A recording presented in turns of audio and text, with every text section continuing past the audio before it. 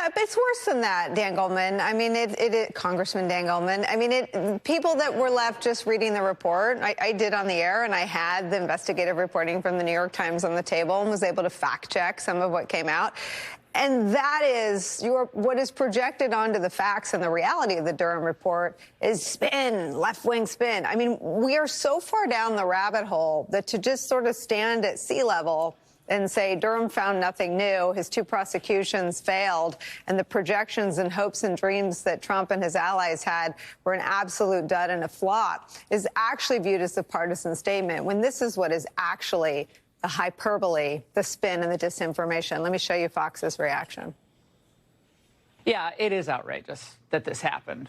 And it is arguably worse than Watergate when you look at all the facts. It is astonishing to me. It is outrageous that here we are 7 years later after they stole 4 years of a presidency, and they tried to undermine and overthrow democracy. There has been zero reform, zero accountability, zero consequence for the people who attempted this coup. What they need to do is this. They need to appoint a loyalist as FBI director, kind of the way that JFK appointed his brother to run the Justice Department. You either need a loyalist or you need some guy that you have so much dirt on that he wouldn't even try anything.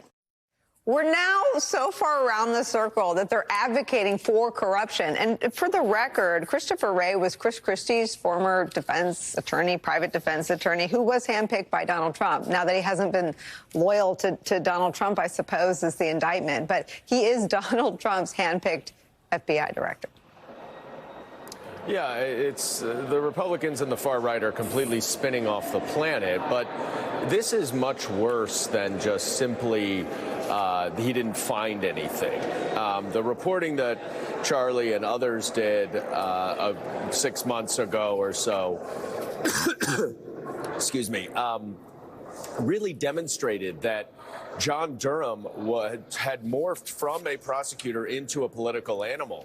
You don't get prosecutors who resign very frequently, especially not outside of the Trump administration. That is really unusual, especially his number two. You don't get a special counsel going and trying to change an inspector general's report. And ultimately, what he found is not only that there was nothing there, but it actually justified what the FBI did, even though he completely misconstrued the facts on the ground. Now, he said that this is a preliminary investigation, would have been legitimate to start Operation Crossfire Hurricane. Let's remember how this started. This didn't start in April of 2016 when the Australian diplomat heard from George Papadopoulos that Russia had emails and they were going to drop them. It started after Russia did it. And then all of a sudden, the Australian diplomat was like, wait a minute, the Trump campaign had advance notice of that. I got information that this relates to Russia. The corroboration that John Durham says doesn't exist in the investigative files and the intelligence files existed in plain sight, and yet he doesn't talk about that. That is a complete abdication of his responsibility. The other thing is he goes on and on and on about the Steele dossier. The Steele dossier had nothing to do with the origination of the investigation, and it had nothing to do with the Mueller report or the numerous prosecutions and convictions brought by Special Counsel Mueller.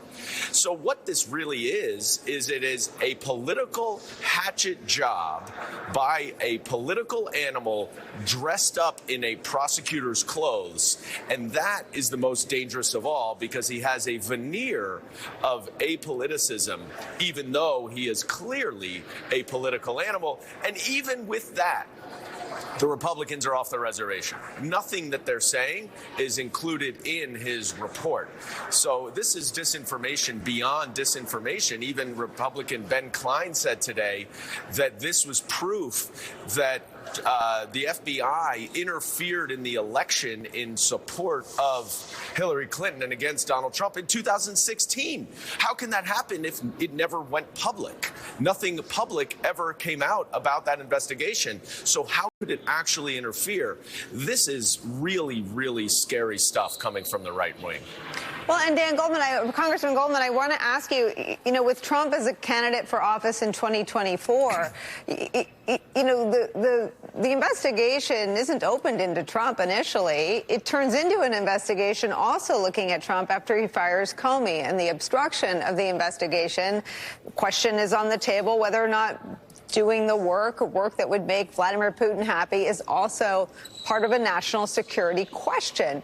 I mean, Trump very prominently last week towed Vladimir Putin's line as someone largely seen to be a war criminal. I mean, he's a candidate for office in 2024 who still has a direct call and answer between Vladimir Putin. What happens to those questions when you have one of the country's two political parties in government and out immune or unable to look at any questions about Trump's affinity for Putin?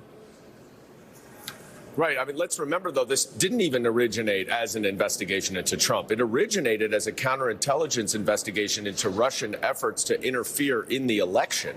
It morphed into an investigation, rather, of the Trump campaign because evidence materialized that people like Paul Manafort were giving internal campaign data to a Russian intelligence agent who he had worked with. So that is also a very important predicate to this entire conversation. But we've known of Donald Trump's favoritism toward Vladimir Putin since 2016 and thereafter. We've seen it in Helsinki in 2018 when he publicly chose to side with Vladimir Putin, who has openly expressed his antagonism toward the United States over our own intelligence community. This is very much baked in, and what I think we all need to be focused on and calling out, and that includes Charlie and the New York Times and other journalists, is we need to be aggressively calling out the misinformation and disinformation that is coming from the right wing and that will unquestionably come from Donald Trump over the next 18 months as he uses this Durham report as part of his campaign. It needs to be called out by independent journalists, objective journalists. Certainly we will be banging the drum on Capitol Hill, but this is something that needs to be really aggressively attacked. I mean, I guess if you step back, Congressman, I mean, Manafort, Flynn, Stone, Gates, and Papadopoulos were all found guilty in the court of law. What is Durham saying? That they weren't really guilty of the crimes they confessed, pleaded to, or were convicted of? I have no idea what confirmation bias he's talking about when you have either guilty pleas or jury verdicts convicting all of these people in connection with the Russia investigation, and yet you have acquittals essentially across the board in the piddly cases that John Durham brought. You want to talk about a waste of time and money. The John Durham investigation is an embarrassment, and it should go down as one of the biggest abuses of power and waste of money in the Department of Justice's history. But there's no confirmation bias here. Special Counsel Mueller did an investigation and convicted people. They pled guilty or they were convicted at trial. So, and he established, as did the Inspector General, that the initial investigation was open justifiably. Durham doesn't even really quibble with that. He says it should have been preliminary, not a full investigation, which is, for the majority of lay people outside of the Department of Justice, a distinction without a difference. And so it is a real abomination. And the fact that he wastes 300 pages on this, including so much about the Steele dossier, which the Inspector General had also addressed, just goes to show how political this is. And it's almost as if the Republicans had their talking points written before the report came out and they ever saw it. They were going to say the same things no matter what was in the report. And it's a real shame that we have to deal with this. Congressman, you sit on the politicization committee. Would you like to see John Durham called, and what would you ask him? I would love to see John Durham called. I would love to ask John Durham about why his prosecutors quit. I would love to see ask John Durham about his trips to Italy with Bill Barr to chase some phantom information that proved not to be true. But what came out of that was an additional tip about potential fraud by Donald Trump that, of course, John Durham did not investigate. I would love for John Durham to come in and ask him about his his efforts to convince the independent inspector general to change his report. I'd love to ask John Durham about the politicization of his investigation. So, yes, I'm on the weaponization of the federal government subcommittee that Jim Jordan is the chairman of. So let's bring John Durham in because he is the #1 example of the weaponization of federal government. As a former prosecutor, Congressman, let me ask you about Barr's embrace of Durham and how they traveled together and seemed to have engaged in some group think. Barr writes this in his memoir. In the spring and early summer of 2019, when John and I discussed the international dimensions of his work, we agreed to engage with 3 countries we felt would be most helpful to the investigation: the UK, Australia, and Italy. I traveled to both Italy and the UK to explain Durham's investigation and ask for any assistance or information they could provide. I alerted the president, Trump, that we would be making these contacts and asked him to mention Durham's investigation to the prime ministers of 3 countries, stressing the importance of their help. Is that normal? That is unbelievable to have an attorney general spending so much time on unverified tips with foreign countries, traveling to the foreign countries. Doesn't he have better things to do? Aren't there real important issues that the Department of Justice needs to address rather than some fanciful tips that he wants to chase down with a special prosecutor whose investigation he should not even be involved with? It is truly a great example, Nicole, of the abuse of power that was littered through the Trump administration, of cabinet officials trying to do the political bidding of Donald Trump.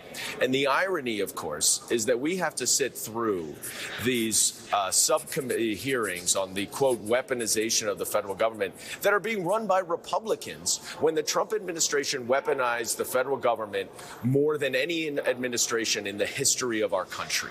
And so it is really a gross abuse of power. It's a shame. But I look forward to asking Mr. Durham all about those conversations and those trips with Bill Barr. Do you know if your Republican colleagues plan to call him and if anything is scheduled? And if not, would you like to see Senate Democrats call Mr. Durham and Ms. Dennehy or any of the prosecutors who fled his 4-year probe before the Senate Judiciary Committee? Well, I know the request has been made by Chairman Jordan for Mr. Durham to appear. I don't know where that stands right now, but they've certainly made the request. But no, I honestly don't think that the Senate Democrats should be wasting their time with a political hack like John Durham. It is a waste of the American people's time. It is a waste of money.